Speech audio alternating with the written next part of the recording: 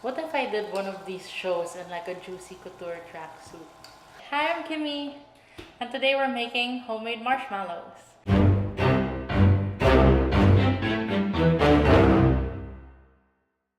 This is one of my favorite recipes to make because the end result is worlds away from what you know and buy in the supermarket.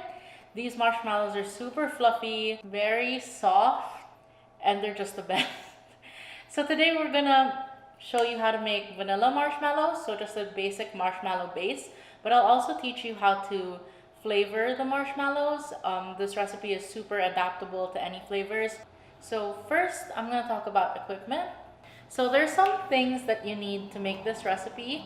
This is a little bit more involved. You do need some special equipment to make the marshmallows.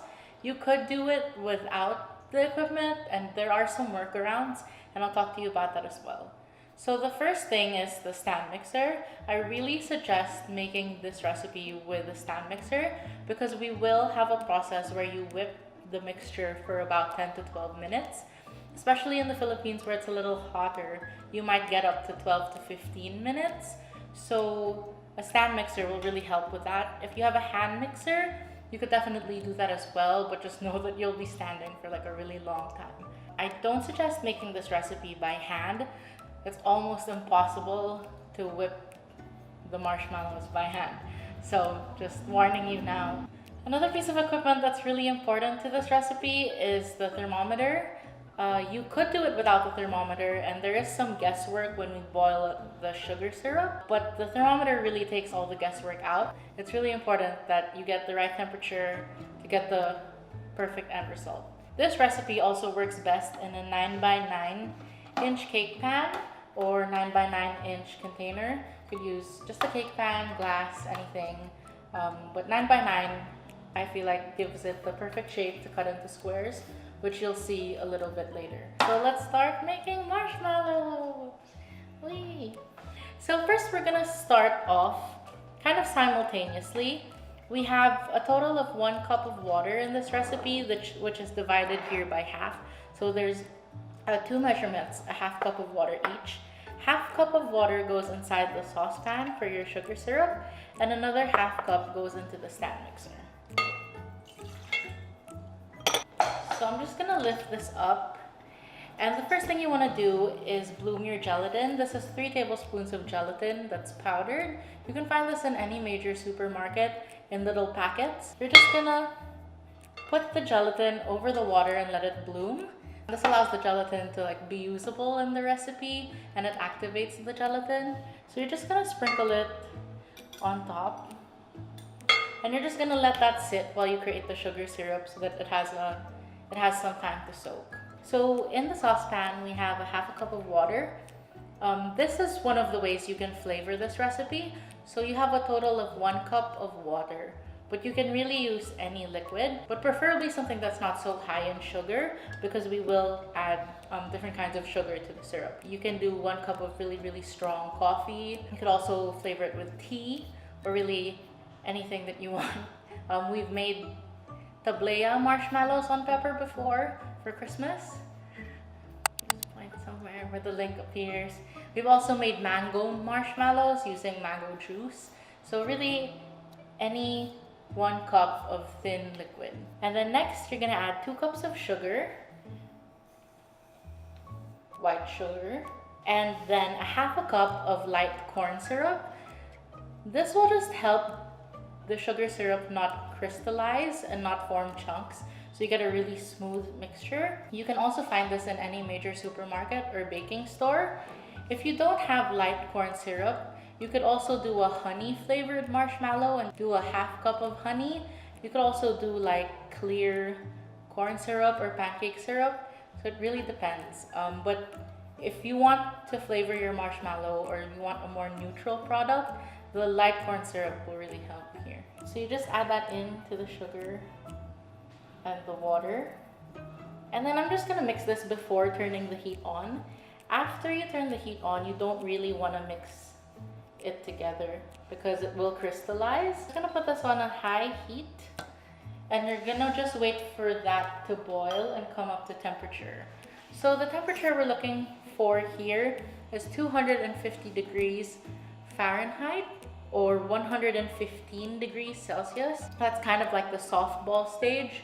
So when you get your sugar to that temperature, it creates like a really soft, fluffy marshmallow. You don't want to overheat your sugar, because if you get your sugar to the hard crack stage, which is where you get it to make like peanut brittle, then you won't get the nice, soft, fluffy texture. We're just gonna wait for this to boil. You can't really stir it with anything, but you can swirl the pan like that.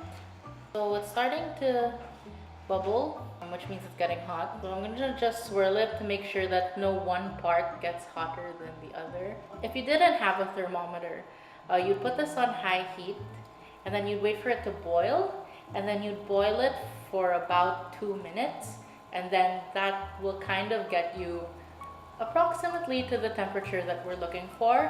However, it is guesswork, so you might be a little bit off. But that's just one of the ways you could do the recipe without this. It works like 90% of the time, so the odds aren't so bad. But this thing is not that expensive, and it will really save your life, not just for this recipe, but for like meat and everything. So, buy one. Not an ad, hashtag. So this is in Celsius, so I'm gonna look for 115, which is about 240. So now the mixture is up to a boil. Kind of boil it for a minute or two, and then we're gonna just test the temperature.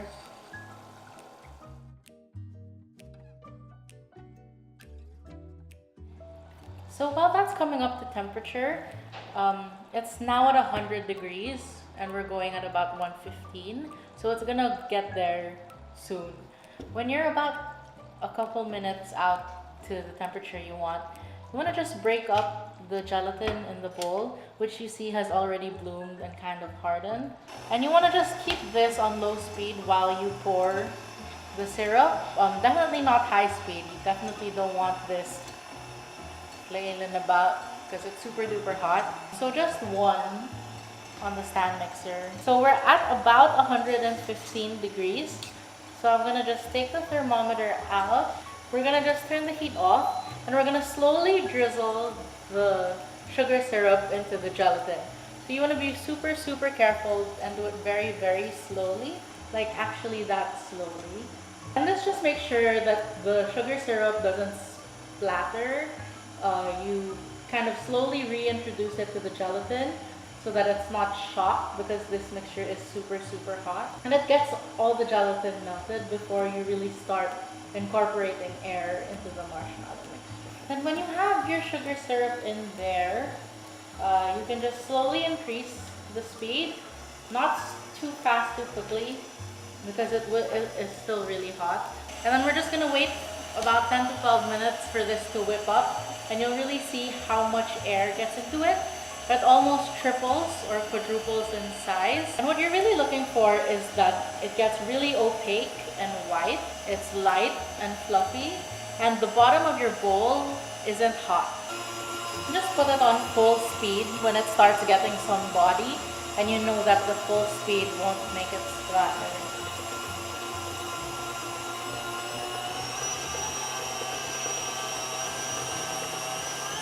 As you can see from the marshmallow, it's starting to pull away from the side. That means it's getting a lot more body and it's a lot thicker. And that's also one of the telltale signs that it's almost ready, that it's getting really stretchy and sticky. If you take it out, you can see that it holds its shape a lot more. And if you take out this, you can see that it's holding its shape. You can see the lines, you can see how stretchy it is. So at this point, your marshmallow is done. You want to work quickly at this point because the gelatin in there does set really quickly. So I'm just going to take this out. And so here's the 9x9-inch greased baking pan. So you want to oil this really well or it'll never come out. So just gonna put all of that mixture. You can see it's like super light, super fluffy and sticky. That's really what you're looking for here. And so it's almost impossible to push this down because even with a non-stick spatula, you can see that it started to really, really stick. So one of the ways to help this out is just to get a knife and kind of cut away from the spatula and then just get all the mixture there. It's obviously very hard. And once you're at this point, the best way I find to flatten this is to get a piece of plastic wrap that I've already buttered and to just buttered and oiled. You can just use oil, just use butter, whatever you prefer. And put it on top of the marshmallow and then use that to kind of press it in to the corners and the edges because it won't stick to the plastic wrap. This is just like a really easy way to get it flattened as opposed to using all the equipment that you could see was really sticky and covered with stuff. This is like just a little trick. Oh my god, we forgot the vanilla it. Ah! Can we just say it's plain? Look what's there. So this is the base for your plain marshmallow, and you're gonna leave this to set, preferably at room temperature for about, well, room temperature overnight. You could put it in the fridge for 4 hours, but before eating it, take it out of the fridge and let it sit for 1 hour just to soften and so that it's not so hard from inside the fridge. This is a batch of marshmallow that we made recently. So it uses the same base recipe as the neutral marshmallow, but this is vanilla bean flavored. So what we did here is while it was whipping in the mixer, we added vanilla extract and vanilla bean seeds. So if you look closely, there's like some black specks. So this is like a vanilla flavored marshmallow as opposed to the other one, which was a neutral, like your regular plain flavored marshmallow. So just to release the marshmallow from the side, we're just going to use our hands and kind of use our hands in the plastic wrap to kind of pull it away from the sides. So this is why it's really important to have a super well-oiled pan and piece of plastic wrap. It'll really help when it comes time to release the marshmallow. So here I have a combination of powdered sugar and cornstarch, equal parts. So 1 cup powdered sugar and 1 cup cornstarch will probably be enough to cover this recipe. So this is just the marshmallow coating. It just prevents the marshmallows from sticking to each other. Kind of gives the marshmallows that nostalgic feel, like when it comes from the bag. Before you turn out the marshmallow, you want to cover your surface or wherever you're going to turn the marshmallow out onto in a layer of the powdered sugar mixture, just so that it doesn't stick here. And then we're going to turn the marshmallow out carefully.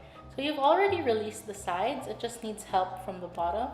So you kind of just want to carefully edge it out. If you wet your fingers with a little bit of water, it will also really help this not stick.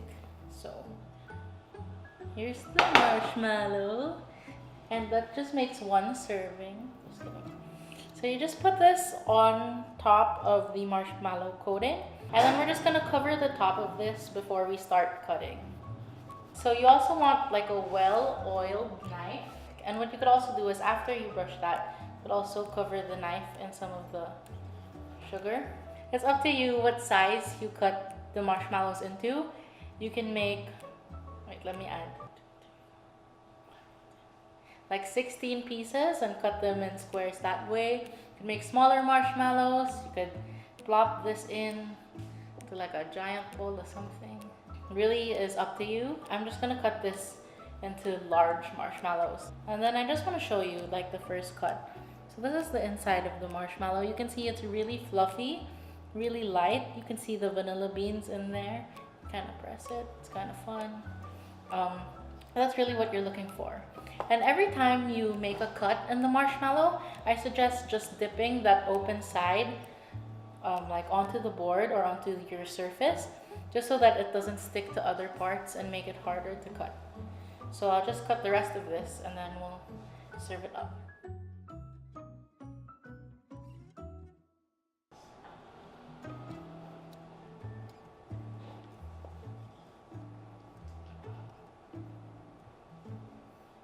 So you're going to just open the marshmallows up, take all the sides and dip them in some of that sugar and set them aside.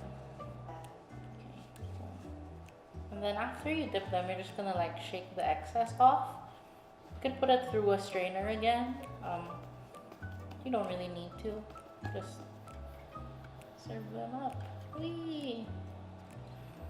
And that's homemade marshmallows. Okay, so these I cut into 16 pieces. Obviously, they're really, really large. I think this shape is super fun for like a party favors. Yeah. So you can like give one piece to each guest in like a little plastic bag. It's also really festive for like hot chocolate. You just plop one in. Make it in the holidays. This vanilla bean flavor is great. We also made like a tablea flavored marshmallow. So like a hot chocolate flavored marshmallow, which is on the website. So here I have some coffee marshmallows. What we did differently here was instead of 1 cup of water, we used 1 cup of really, really strongly brewed coffee. So I cut them into smaller sizes, which are kind of like regular marshmallow size. So it's really up to you, your preference, what you're using it for, if it's for drinks or for parties or anything like that, for s'mores. So these are flavored with coffee. I covered them in the same powder and then just put them through a strainer to take out any excess powder. Then you kind of just, with these, you just turn them onto the plate. So this recipe is a great recipe. You can make any kind of flavored marshmallows you want, any size, for any kind of occasion. And those are our homemade marshmallows. I hope you make this recipe at home, and if you do, tag Pepper Cooks and enjoy!